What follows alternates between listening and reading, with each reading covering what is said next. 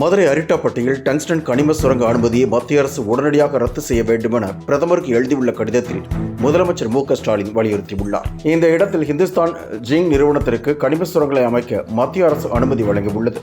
இந்த அனுமதியை உடனடியாக ரத்து செய்ய வேண்டும் என வலியுறுத்தி பிரதமருக்கு முதலமைச்சர் மு க ஸ்டாலின் கடிதம் எழுதியுள்ளார். மாநில அரசின் அனுமதி இல்லாமல் சுரங்க உரிமை ஏலங்களை மேற்கொள்ளக்கூடாது என்றும் மக்களின் வாழ்வாதாரத்தை பாதிக்கும் திட்டங்களுக்கு தமிழகத்தில் இடமில்லை என்றும் முதலமைச்சர் மு க ஸ்டாலின் குறிப்பிட்டுள்ளார். புதுக்கோட்டையில் அதிமுக பாஜக பிரமுகர்களின் வீடுகளில் அமலாக்கத்துறை திடீரென சோதனையில் இறங்கியதால் பரபரப்பு ஏற்பட்டுள்ளது.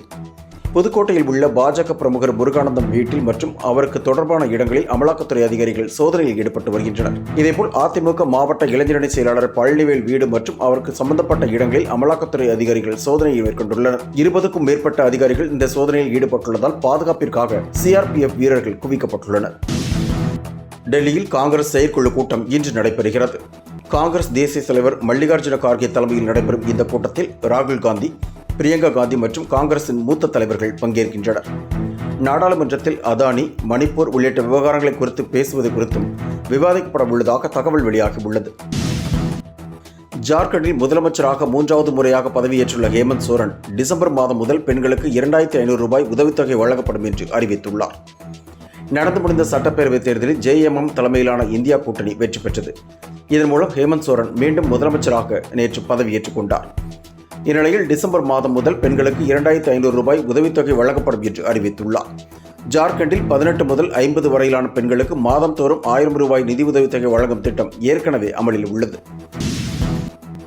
மகாராஷ்டிரா மாநிலத்தில் புதிய முதல்வரை தேர்வு செய்வதில் தொடர்ந்து இழுபறி நிலவி வருகிறது. மகாராஷ்டிராவில் சட்டப்பேரவைத் தேர்தல் முடிவு அறிவிக்கப்பட்டு ஒரு வார காலம் ஆகியுள்ள நிலையில் முதலமைச்சரை தேர்வு செய்வதில் பாஜக மற்றும் ஷிண்டே தலைமையிலான சிவசேனா கட்சியிடையே கடும் போட்டி நிலவி வருகிறது. இதனால் எந்தவொரு முடிவும் எட்டப்படவில்லை. ஒரு கட்டத்தில் முதலமைச்சர் பதவியை விட்டுக் கொடுப்பதாக தெரிவித்த ஷிண்டே, பிரதமர் மோடி, உள்துறை அமைச்சர் அமித்ஷாவின் முடிவை ஏற்பதாக கூறியிருந்தார். இந்நிலையில் அமித்ஷாவை பாஜக சிவசேனா தலைவர்கள் சந்தித்து பேசினர். இந்த சந்திப்பின் போது உடன்பாடு எதுவும் எட்டப்படாததால் தொடர்ந்து இழுபறி நிலை நீடிக்கிறது. கடந்த முறை பெற்றிருந்த இலாக்காக்களை கண்டிப்பாக தர வேண்டும் என ஷிண்டே வலியுறுத்தி வருவதே இதற்கு காரணம் என்று கூறப்படுகிறது. அதானி விவகாரம் நாடாளுமன்றத்தில் இன்றும் எதிரொலித்தது. இதன் காரணமாக கூச்சல் குழப்பம் ஏற்பட்டதால் 5வது நாளாக அவை நடவடிக்கைகள் முடங்கின. மக்களவை கூடியதும் அதானி விவகாரம் பற்றி பேச எதிர்க்கட்சிகள் அனுமதி கோரியிருந்தன.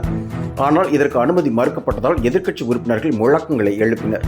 இதன் காரணமாக கூச்சல் குழப்பம் ஏற்பட்டு மக்களவை 12 மணி வரை ஒத்திவைக்கப்பட்டது. இதேபோல் மாநிலங்களவையிலும் அதானி விவகாரத்தை எதிர்க்கட்சிகள் எழுப்பியதால் நாள் முழுவதும் அவை ஒத்திவைக்கப்பட்டது. கட்சி வேட்பாளரை சீமான் ஆபாசமாக பேசிய ஆடியோ வைரலாகி மீண்டும் பரபரப்பை ஏற்படுத்தியுள்ளது. நாம் தமிழர் கட்சி நிர்வாகிகளை தலைமை ஒருங்கிணைப்பாளர் சீமான் மரியாதை குறைவாக நடத்துவதாக புகார் எழுந்துள்ள நிலையில் கொத்து கொத்தாக நிர்வாகிகள் விலகி வருகின்றனர். இந்நிலையில் கடந்த 2021ஆம் ஆண்டு நத்தம் தொகுதியில் போட்டியிட்ட நாம் தமிழர் கட்சி வேட்பாளர் சிவசங்கரை சீமான் ஆபாசமாக பேசும் ஆடியோவை அவர் வெளியிட்டுள்ளார். அந்த ஆடியோவை சீமானுக்கு அனுப்பி கேட்டபோது அப்படித்தான் பேசுவேன் என்றும் சீமான் கூறியுள்ளார். தன்னை பற்றி பேசினாலும் பரவாயில்லை, ஆனால் சீமான் தனது குடும்பத்தையும் ஆபாசமாகவும் அவதூறாகவும் பேசுவதாக சிவசங்கரன் வேதனையுடன் தெரிவித்துள்ளார். என்றும் உங்களுடன் மை இந்தியா முக்கிய செய்திகளை உடனுக்குடன் தெரிந்து கொள்ள சப்ஸ்கிரைப் பண்ணுங்க, பெல் பட்டனை பிரஸ் பண்ணுங்க. என்றும் உங்களுடன் மை இந்தியா.